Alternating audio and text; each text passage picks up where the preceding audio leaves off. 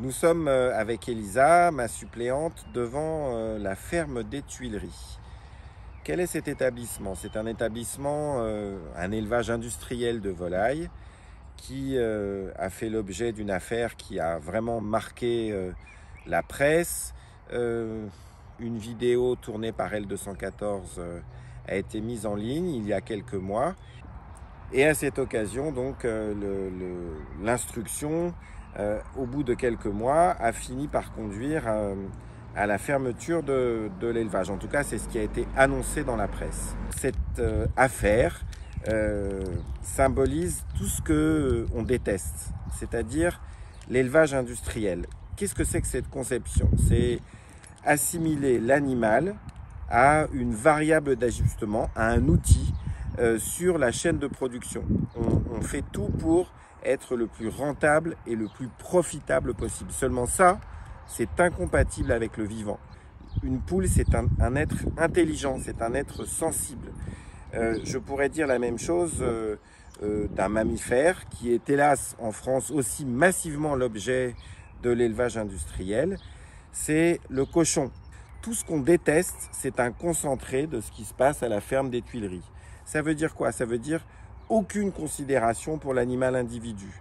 Ça veut dire surtout une cruauté sans nom de l'État et de ceux pour lesquels vous votez actuellement. L'élevage intensif pose problème car l'animal est un être vivant, sensible et intelligent. C'est pas un outil, c'est pas une variable sur une chaîne de montage. Tout ce qui préside à l'optimisation de la profitabilité et de la rentabilité qui est sans doute nécessaire à la vie d'une entreprise, a fortiori à la vie d'une entreprise qui s'inscrit dans un environnement ultra concurrentiel, ultra compétitif, c'est pas assimilable à la manière dont on peut utiliser le vivant. C'est incompatible. Ce sont deux paradigmes qui s'opposent. Qu'est-ce que c'est l'élevage intensif? Qu'est-ce que c'est l'élevage concentrationnaire? C'est un niveau de promiscuité qui rend forcément la vie de chaque animal individu qui subit cette promiscuité invivable. Au pire, le cerveau de l'animal débranche et l'animal devient incapable de ressentir des émotions. Il est tout juste capable de continuer à s'alimenter. Mais dans cette ferme qui a été fermée après une vidéo d'L214, en fait, tous les inspecteurs vétérinaires et tous ceux qui fréquentent ce type d'élevage, ils savent que dans les conditions de l'élevage intensif des volailles, eh bien, il y a bien souvent des animaux morts qui sont juste à côté d'animaux vivants en train de s'alimenter. La concentration, le nombre des animaux est tellement important, la qualité de l'air qu'ils respirent est tellement dégradée que l'usage des anti-infectieux est tellement important que tout le monde sait bien que la qualité de vie de ces individus, elle est profondément dégradée. Qu'est-ce que ça signale? Ça signale de la part de ceux qui élèvent, de la part de ceux qui s'en occupent, de la part de l'État qui supervise et de la part de tous les fonctionnaires qui aident à cette supervision, ça souligne une absence totale de considération pour ces individus, ça souligne une cruauté implacable de la part des entités organisées pour l'élevage comme de la part des entités organisées pour la supervision de l'élevage, l'État français. Les élevages, qu'il s'agisse des élevages paysans traditionnels comme des élevages industriels et intensifs, les laboratoires d'expérimentation animale sont contrôlés relativement à ce terme galvaudé de bien-être animal, qui est un véritable mensonge dans ces contextes-là, par les inspecteurs de la direction départementale de la protection des populations, par les services vétérinaires, qu'il s'agisse de docteurs vétérinaires ou de techniciens vétérinaires.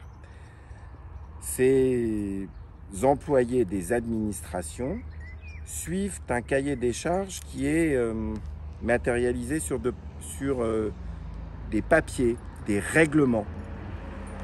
Mais c'est pas comme ça qu'on appréhende la bonne vie d'un individu. Appréhender la bonne vie d'un individu, c'est aller dans l'élevage, c'est observer chaque individu de cet élevage. C'est là qu'on peut appréhender si cet individu a une bonne qualité de vie ou pas. Juger sur des formulaires administratifs, c'est totalement inapproprié à l'appréciation non seulement de la bonne santé des individus élevés, mais aussi de leur bonne vie. C'est pourtant comme ça que procèdent toutes les administrations et toutes les DDPP. Les DDPP et les services vétérinaires suivent les règlements administratifs. Ce qui doit changer, c'est donc la manière d'établir ces règlements. Dans la mandature qui vient, 5 ans, comment est-ce qu'on peut changer les choses pour que les conditions de vie des animaux dans les élevages et aussi dans les laboratoires d'expérimentation animale changent et qu'elles changent vers le haut pour qu'ils aient une vie bonne au quotidien? Eh bien, c'est très simple. Il faut qu'on puisse connaître les comportements et qu'on puisse connaître les variations de comportement de tous ces animaux individus. Pour ça, il n'y a pas 36 solutions. Soit on a recours à la vidéo, et c'était le sens des propositions de la commission Falorni qui avait proposé d'installer des vidéos justement dans des lieux où on sait qu'il y a une souffrance terrible et qu'il y a beaucoup de maltraitance, les abattoirs. Mais installer des vidéos, c'est la base du métier de l'éthologie, ça veut dire observer. C'est seulement en observant des animaux qu'on sait s'ils vont bien ou s'ils vont mal. Il n'y a aucune autre méthode pour savoir s'ils vont bien ou s'ils vont mal. Avec l'arrivée de la technologie, et après il faut toujours la même chose, de la volonté politique pour que des financements permettent l'arrivée de cette technologie, avec l'arrivée de la technologie dans les élevages, on peut, grâce à des dispositifs connectés, grâce à la numérisation et à la manière d'exploiter les images, on peut savoir maintenant si des animaux vont bien ou vont mal, avec la technologie. Le Parti animaliste fait une proposition très originale, que les parlementaires soient autorisés à aller de manière inopinée dans n'importe quel élevage, dans n'importe quel laboratoire d'expérimentation animale, dans n'importe quel abattoir pour contrôler. Ces parlementaires peuvent se faire accompagner de journalistes, ces parlementaires peuvent se faire accompagner de représentants d'associations de protection animale. Voilà ce que c'est qu'un parlementaire engagé pour que cessent enfin les cruautés faites aux animaux, pour que cessent enfin les maltraitances. Et ça, dans tout le spectre politique, parmi tous les candidats de tous les partis, les seuls qui vous proposent cette mesure, qui permettrait vraiment de tout changer du jour au lendemain pendant cette nouvelle mandature, ce sont les candidats du Parti animaliste. C'est pour ça qu'il faut voter pour nous.